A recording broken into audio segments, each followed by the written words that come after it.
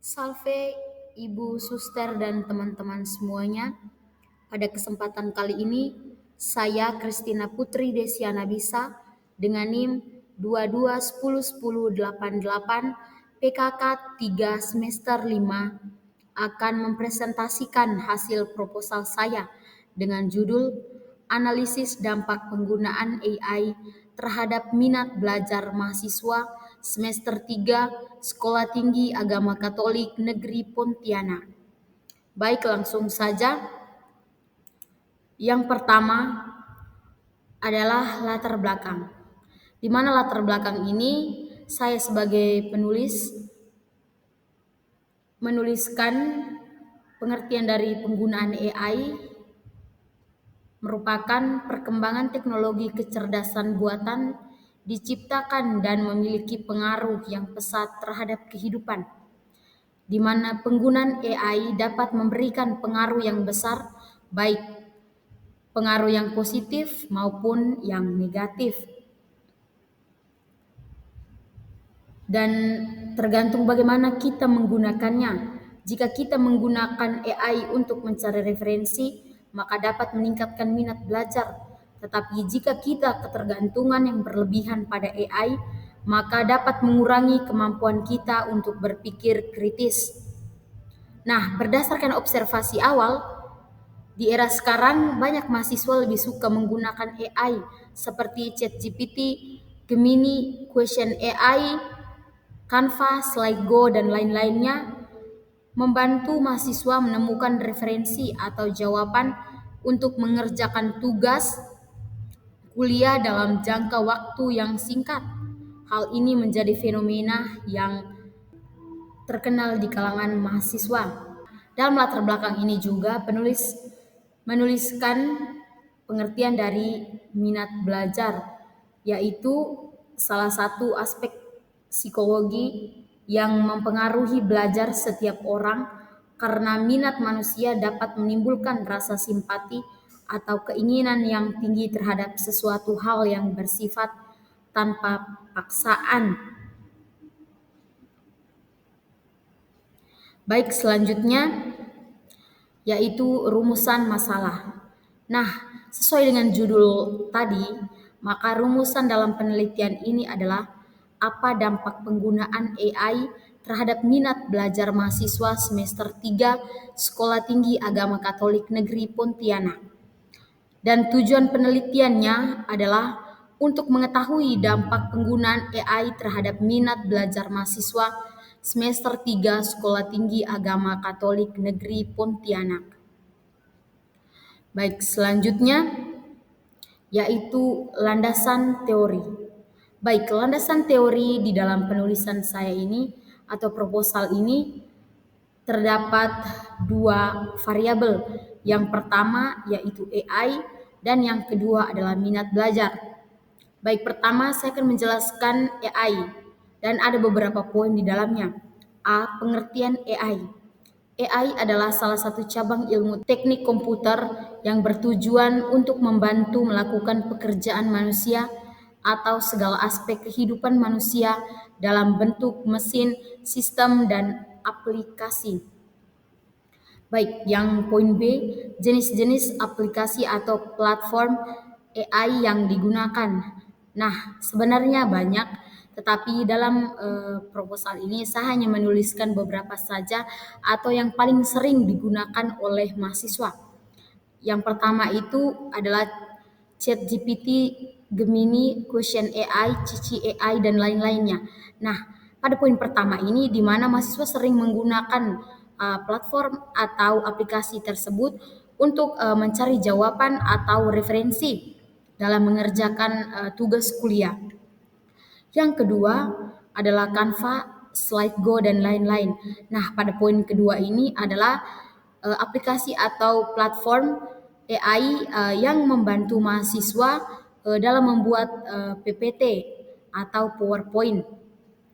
Yang ketiga adalah Grammarly, Turnitin, dan lain-lain. Nah, poin ketiga ini sering digunakan mahasiswa seperti Grammarly ini dalam membantu mahasiswa untuk menuliskan tulisan secara gratis. Dan Turnitin ini adalah aplikasi atau platform yang digunakan oleh mahasiswa untuk mengecek tulisan mereka agar terhindar dari plagiasi. Nah, selanjutnya adalah minat belajar. Di sini juga ada beberapa poin. Yang A, pengertian minat belajar. Minat belajar adalah suatu rasa ketertarikan atau rasa suka yang mendalam terhadap suatu yang memotivasi atau mendorong seseorang untuk melakukan sesuatu hal atau belajar tanpa paksaan. Nah, poin B, ciri-ciri minat belajar. Nah, dalam proposal saya banyak mengutip dari buku-buku ataupun jurnal, tetapi di dalam PowerPoint ini saya merangkumnya menjadi satu dan mendapatkan 5 poin ini. Yang pertama yaitu tekun dan mandiri dalam belajar dan mengerjakan tugas. Yang kedua, berprestasi dalam belajar. 3, dapat mempertahankan pendapat. 4, ulet dalam menghadapi kesulitan. 5, cepat merasa bosan pada tugas yang rutin. Baik, selanjutnya poin C yaitu indikator minat belajar. Nah, ini juga ada beberapa poin dan ini adalah hasil rangkuman saya dalam proposal. Yang pertama, memiliki dan menunjukkan perasaan suka, senang atau ketertarikan terhadap sesuatu yang diminati. Yang kedua, tekun dan rajin dalam belajar dan mengerjakan tugas. 3, aktif dalam semua kegiatan yang berkaitan dengan minatnya. 4, selalu berusaha mengingat dan memperhatikan serta memusatkan diri terhadap minatnya dan terus belajar. Baik, poin D adalah faktor-faktor yang mempengaruhi minat belajar. Yang pertama adalah faktor internal. Nah, di mana faktor internal ini adalah faktor yang dipengaruhi dari dalam diri sendiri. A, faktor jasmani. Nah, faktor jasmani ini ada 2 poin. Yang pertama itu adalah faktor kesehatan, artinya tubuh dalam keadaan baik serta bebas dari penyakit. Dan kedua adalah cacat tubuh, artinya tubuh dalam keadaan kurang baik atau sempurna. Nah, dari faktor jasmani ini juga akan mempengaruhi atau peserta didik kesulitan dalam proses belajar. B, faktor psikologi. Ini juga ada beberapa poin. Yang pertama itu adalah intelijensi, artinya kecakapan untuk menghadapi dan menyesuaikan diri dalam situasi yang baru dengan efektif dan cepat, mengetahui hubungan dan mampu mempelajari serta menggunakan konsep-konsep abstrak dengan efektif. Yang kedua, perhatian adalah kegiatan jiwa manusia semata-mata tertuju pada suatu objek atau sekelompok objek. Ketiga, minat artinya suatu kecenderungan untuk mengingat dan memperhatikan beberapa kegiatan tertentu. Poin 4, bakat merupakan suatu kemampuan bawaan atau sudah ada sejak lahir dan perlu dilatih agar dapat berkembang. 5, kematangan adalah suatu fase dalam pertumbuhan seseorang yang sudah siap dalam hal pengetahuan, keterampilan, dan sikap. 6, motivasi artinya perubahan energi di mana perubahan tersebut untuk mencapai tujuan.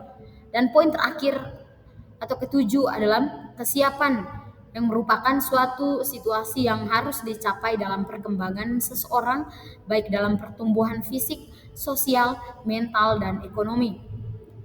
Yang berikut poin C yaitu faktor kelelahan. Nah, faktor kelelahan ini berhubungan dengan tugas-tugas yang diberikan guru kepada peserta didik. Ini menyebabkan daya pikir peserta didik akan cepat lelah atau jenuh.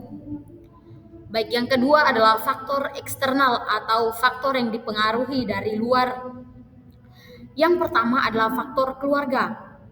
Itu ada beberapa poin. Yang pertama, cara orang tua mendidik anaknya. Yang kedua, hubungan antara anggota keluarga. 3. Situasi di dalam rumah. B. Faktor sekolah. 1. Metode dalam mengajar. 2. Metode belajar yang digunakan. 3. Metode dalam pengajaran. 4. Guru. 5. Interaksi di sekolah atau di kelas. Dan yang terakhir adalah materi pelajaran. C adalah faktor masyarakat. 1. Kegiatan peserta didik dalam lingkungan masyarakat. 2. Media massa. 3. Teman. 4. Bentuk kehidupan dalam lingkungan masyarakat.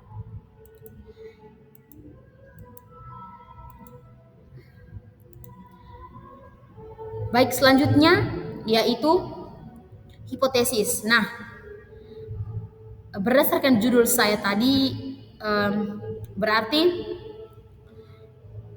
ini merupakan metode penelitian kuantitatif, yang dimana dalam metode penelitian kuantitatif ini harus ada hipotesis atau dugaan sementara ataupun jawaban dari rumusan masalah tersebut. Nah, jadi hipotesis dalam penelitian saya ini adalah adanya dampak atau pengaruh penggunaan AI terhadap minat belajar mahasiswa semester 3 Sekolah Tinggi Agama Katolik Negeri Pontianak. Baik, poin selanjutnya yaitu metode penelitian. Nah, yang poin pertama adalah jenis penelitian. Dalam proposal saya ini, metode penelitian atau jenis penelitian yang saya gunakan dalam proposal ini adalah metode penelitian kuantitatif, di mana kuantitatif ini berhubungan erat dengan angka-angka dan analisis statistik. Digunakan untuk meneliti pada populasi atau sampel tertentu. Pengumpulan data menggunakan instrumen penelitian dengan tujuan untuk menguji hipotesis yang telah ditetapkan. Baik, poin kedua adalah bentuk penelitian. Nah, dalam penelitian ini bentuk penelitian yang digunakan adalah penelitian survei, di mana penelitian survei ini merupakan penelitian yang dilakukan pada populasi besar ataupun kecil untuk mendapatkan data yang terjadi pada masa lampau atau saat ini tentang pendapat, keyakinan, karakteristik, perilaku hubungan, dan hubungan variabel. Nah, teknik pengumpulan data menggunakan pengamatan yang tidak mendalam melalui penyebaran kuesioner dan hasil penelitian cenderung untuk digeneralisasikan. Baik, poin ketiga adalah lokasi penelitian. Nah, lokasi penelitian yang akan saya lakukan yaitu atau objeknya adalah di Sekolah Tinggi Agama Katolik Negeri Pontianak. Baik, poin selanjutnya adalah populasi dan sampel. Nah, karena sesuai dengan judul saya tadi adalah analisis dampak penggunaan AI terhadap minat belajar mahasiswa semester 3 Sekolah Tinggi Agama Katolik Negeri Pontianak. Jadi populasi yang saya gunakan atau saya tentukan di sini adalah mahasiswa semester 3-nya, yaitu dengan jumlah 225 mahasiswa. Dan B adalah sampel. Nah, sampel yang saya gunakan di sini adalah menggunakan simple random sampling atau pengambilan sampel secara acak, di mana setiap anggota populasi memiliki kesempatan yang sama untuk dipilih sebagai bagian dari sampel. Jadi berdasarkan populasi tadi, maka sampel yang saya dapatkan adalah 171 mahasiswa. Baik, lanjut saja poin kelima yaitu teknik dan alat pengumpulan data. A. Teknik pengumpulan data. Teknik pengumpulan data yang saya gunakan di sini adalah kuesioner atau angket.